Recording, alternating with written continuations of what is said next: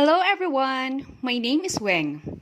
I'm an upcycling and zero waste advocate, a financial steward, an entrepreneur, and a single mom of four. And I'm your craftrepreneur mom. Welcome to my first vlog.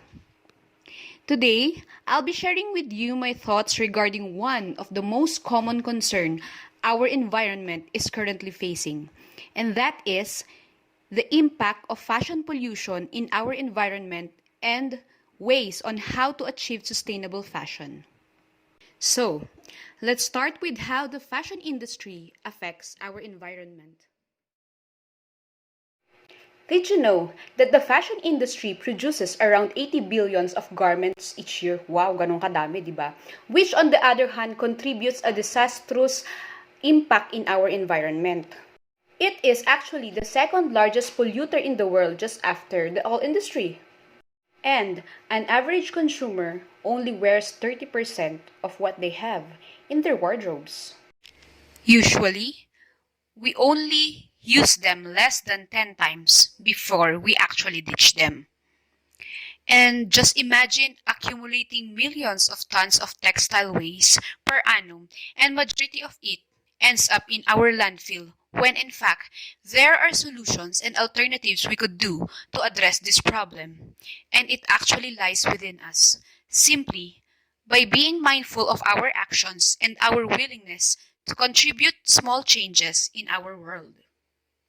And usually, we only wear them less than 10 times before we actually ditch them. Now, let's talk about the ways we could achieve sustainable fashion without actually breaking the bank. Number one, normalize outfit repetition. Yes, you heard me right. Outfit repetition, pag ulit ng damit. Wearing the same outfit more than once and posting it on your social media is something that we should not be ashamed of. Just because they've seen you worn it before, doesn't mean you cannot wear it again. Bakit hindi? Gusto mo yung damit eh. And having the intention of loving it and actually wearing it multiple times. Personally, I go for mileage when it comes to my clothes. So seeing me using a piece of clothes over and over again is just typical. It's okay to follow trends, but remember that your outfit alone does not define who you are. Number two, practice the rewear and restyle technique. The key here is to think of creative styling ways on how you can mix and match your clothes, whether you wear it with a different hairstyle, you wear it with different accessories, different fold, you name it. Because, in fashion, everything is possible. Number three, buy less. Buy less. I-reiterate ko, buy less.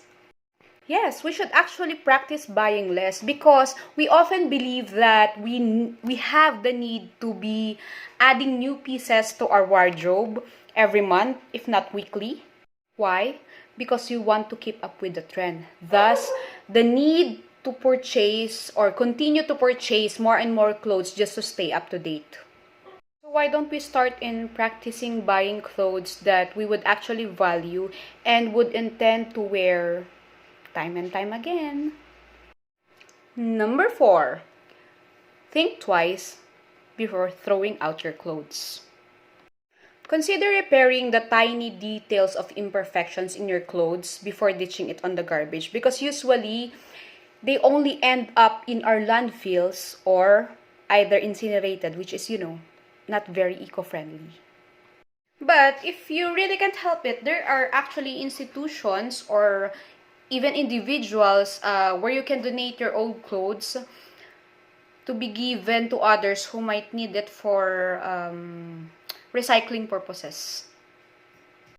Number five, this is actually my favorite because, another means to achieve sustainable fashion is by repurposing your clothes. Paborito ko to. I love to repurpose my clothes.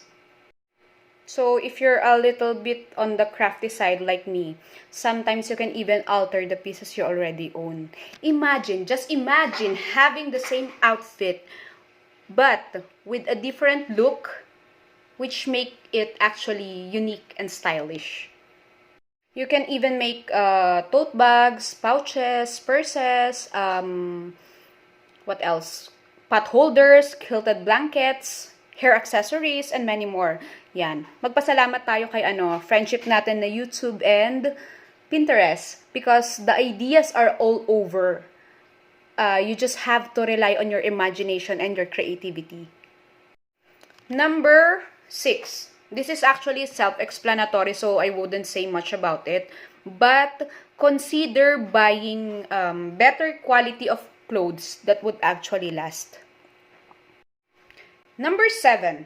Buy clothes from sustainable brands. There are many affordable and ethical brands who are taking steps to minimize carbon footprint without compromising the style. But I will be discussing these brands on my upcoming vlogs. And lastly, re-commerce, or what we often call buying second-hand or pre-loved item. It is actually another way to shop more mindfully. We call it ukay, UK, yan nga, hand-me-down, ganyan. Not only it costs less, but at the same time, we are actually maximizing the use of the garment that's been manufactured by acquiring it from, for example, from me. I use it several times and it's still in good condition, but I would want others to experience the clothes. So, yun, uso ngayon yung live selling. But let me remind you guys be mindful though as not to make it as an excuse to buy more just because it's cheaper, because it would defeat the purpose of having a sustainable purchase.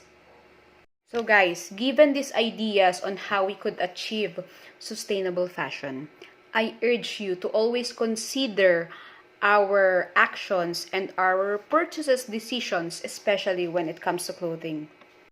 Every small and single step counts. So it's always up to us to take action and be part of the change we want the world to be.